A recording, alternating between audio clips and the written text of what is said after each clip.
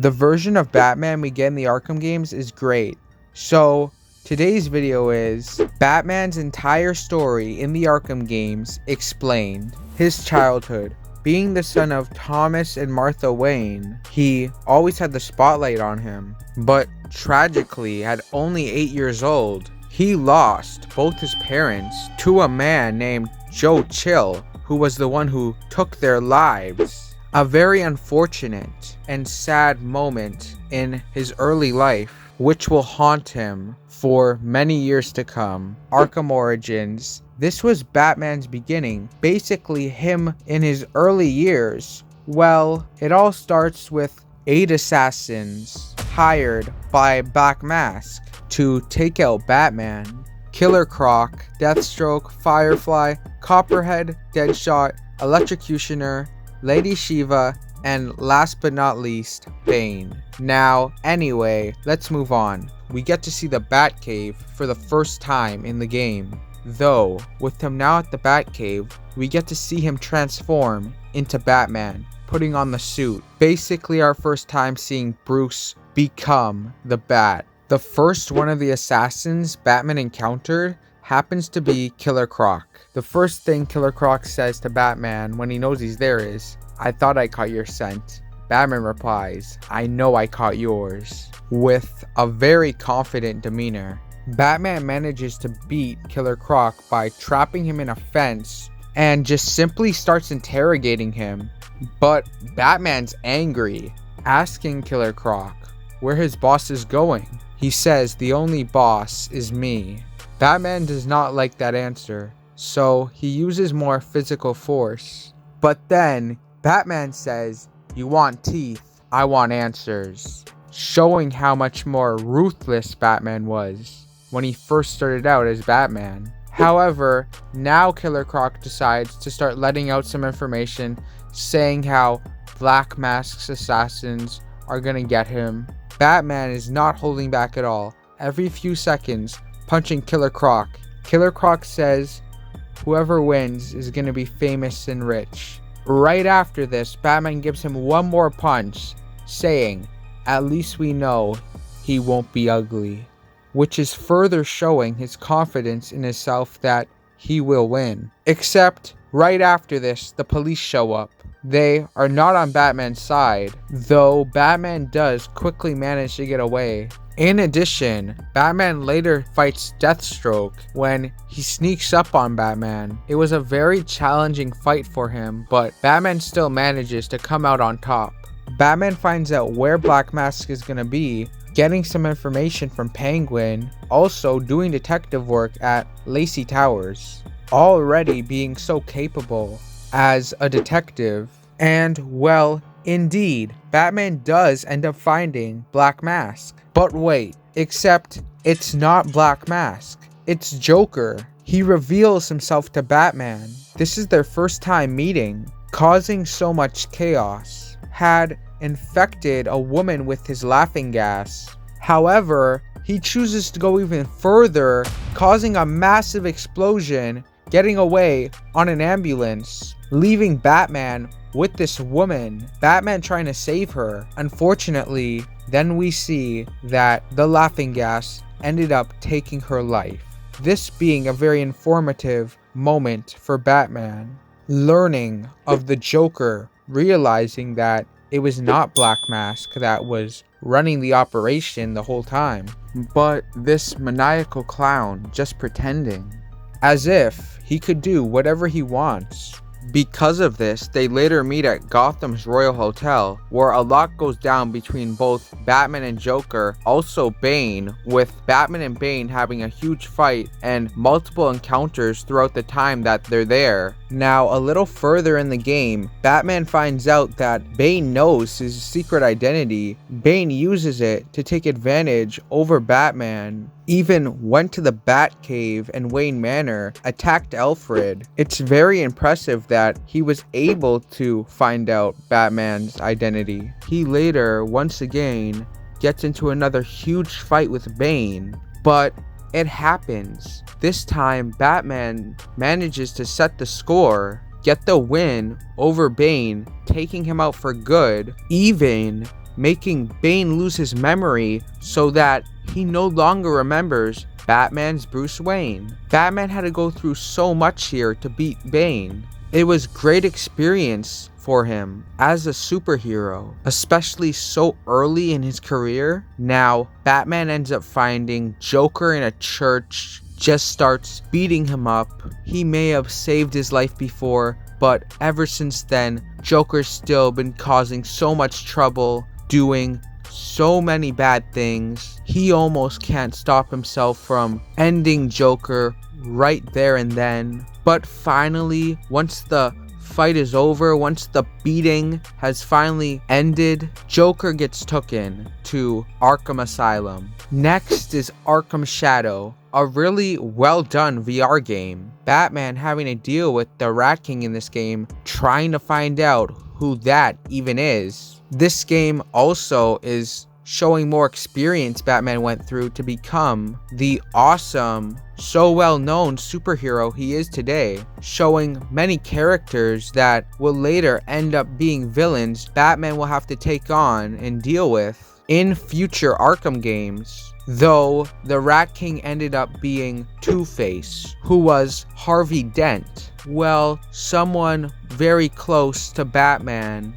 Harvey not knowing who Batman was, but being very close with Bruce. Overall, just basically having a massive emotional moment. Arkham Asylum. This takes place many years later after Arkham Origins. The game starts with Batman once again, with Batman taking Joker to the asylum after catching him, probably being one of the many times he managed to escape throughout the years. When they're at the asylum though, it happens.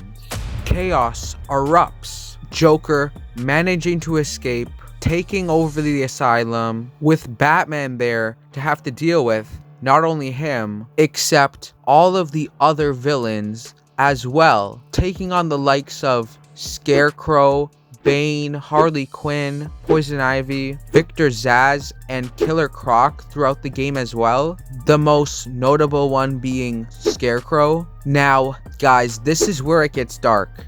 Scarecrow does some truly evil, unsettling things throughout the game to Batman, using his parents' death to try to get to him and manipulate him. Of course, Scarecrow was dealt with though, later getting taken out by Killer Croc. Maybe I should have pointed this out a little earlier, but Joker's been using something called Titan in this game on his henchmen and the criminals working for him, because later when Batman has his chaotic fight with the Joker, surprisingly, Joker uses it knowing that there's negative side effects that come with it, making himself huge, so powerful, muscular, and strong, fighting Batman on top of the asylum's roof. But wait, Batman managing to beat him with one huge explosive punch, outsmarting Joker, beating him, leaving Joker in this sick and hurt state from using Titan once it wore off as he went back to his normal self. Arkham City. Well, amazingly, this game being so well-rounded, Joker and Hugo Strange teaming up. But wait, this is where it gets malicious. Hugo Strange coming up with Protocol 10 to eliminate everyone, the whole population of Gotham City. At the beginning of the game, Batman saves Catwoman from Two-Face, once again showing us Batman's willing to even help out villains, letting us know even throughout all of these years, Batman's still following what he believes in, his morals. Batman later finds Joker with Harley Quinn, seeing Joker in this sick, beaten state. Harley screaming at Batman that it's his fault, he did this to Joker, even if she's wrong though. Now this is where something truly insane happens that you could have never expected. Joker sneaks up on Batman right behind him, having enough time to take Batman down, make him unconscious. Guys, this is only getting worse. Additionally, when Batman wakes up, he's tied in a chair with Harley Quinn in front of him. Batman asks Joker, "What's Protocol 10?" Joker going into further detail of what it was, but at the same time, the entire time, keeping a playful and teasing behavior with Batman. This is where everything changes though, as Joker lets Batman know he's infected him with his own blood, that you have to remember Joker was sick from the Titan. So now Batman has to find a cure not only for himself, but Joker wants him to find a cure for him as well, or else they're gonna both end up losing their lives. Just showing how far Joker is willing to go. Another scheme that only a lunatic would have came up with and pulled. Batman having to go meet up with Mr. Freeze to get a cure for him, but Mr. Freeze making Batman do all these different tasks, wanting to save his wife. This leads up to arguably the greatest fight in all of the Arkham games, where Batman has to be sneaky, strategize, use the environment around him to beat Mr. Freeze. But when they check the safe, the cure, it's gone. It was supposed to be for Batman, but that mad in love, obsessed, manipulated Harley Quinn stole it to take it to the Joker. In this game, Batman also has to take on the likes of Ra's al Ghul, which was a truly awesome moment. Talia al Ghul being the daughter of Ra's al Ghul, who got the cure back from Harley Quinn for Batman, as she had romantic interest in Batman. They had a relationship in a way going on. At the end of the game, Batman ends up finding Joker once again. Talia al Ghul with him puts a sword through him. Wait, this is where the craziest plot twist happens. The real Joker comes out of nowhere, shooting Talia al Ghul, taking her life, confusing Batman. Then the Joker that's on the ground with the sword through him ends up being Clayface, who transforms into his regular self, giving us the last fight in this game, which was a truly out of the blue moment. Batman having this very unique fight with Clayface, since he's a villain with very strange and uncommon powers. Amazingly, Batman manages to freeze him though. Guys, this is another moment you would have never saw coming. Batman jumps right into Clayface's mouth, slicing him apart from the inside, putting an end to this trick. Now, only having to take care of the Joker, who's in a sick and weak state. Batman using the antidote to save himself, with Joker shaken up, realizing that he's screwed, passing away right there in front of Batman, finally putting an end to all the chaos Joker was causing. Not only that, but Batman's most challenging villain, who made his life so difficult, everyone in shock when Batman walks out carrying the Joker's lifeless body, at the moment giving no answers or explanation for what even happened in there. Finally, Arkham Knight, which recently celebrated 10 years since it came out. Scarecrow is the main villain of this game. He came back and is taking over Gotham, puts fear in everyone, making all the citizens of Gotham evacuate and decide to leave because they were really that scared. He did a great job putting fear in them. Batman's going through so many problems, being one of the 5 people that are infected with Joker's blood, who will eventually become so Joker-like.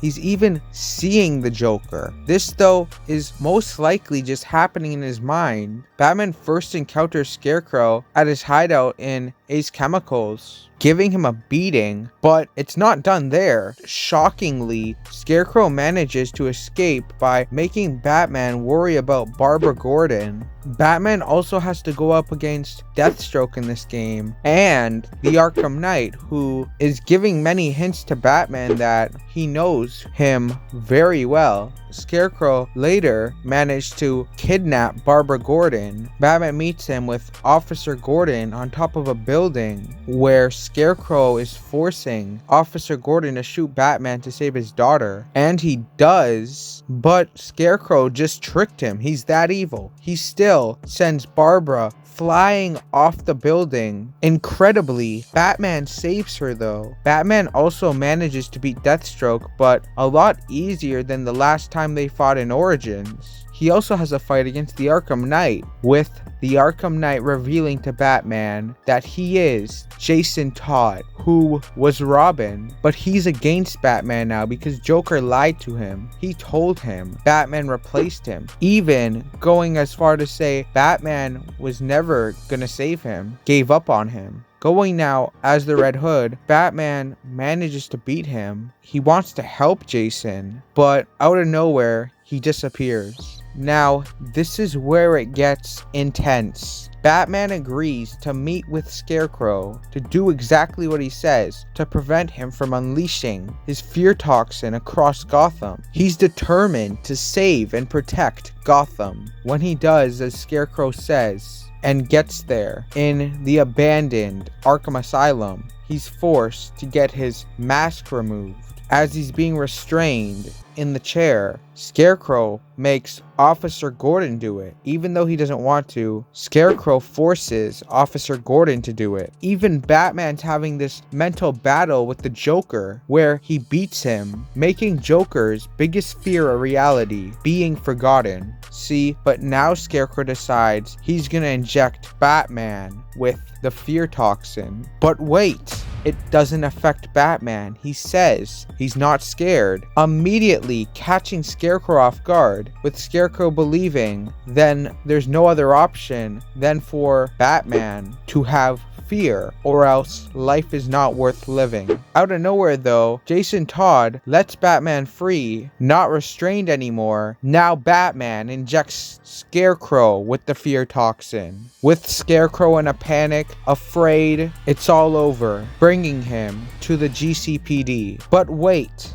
it's over. Batman lets Alfred know to blow up Wayne Manor, the Batcave, that Gotham City needs a new Batman. But then we see at the end of the game, right before the end credits, a Batman that appears using what seems to be Scarecrow's fear toxin is now protecting Gotham. Batman has shown his personality through the games, how disciplined he is, his confidence, determination. He's also shown his biggest fears, what means most to him, the Bat family, and making sure Gotham City is safe and protected, becoming the respected, well-known legend Batman. Let me know in the comments, what do you think? What do you think were the most important things for Batman during the Arkham games? Which Arkham game do you think Batman as a character was the best in? What part of his story stands out to you? Guys, remember to subscribe and to turn on notifications. I really hope you enjoyed the video, and I'll see you in another Cosmic Chaos video. Bye!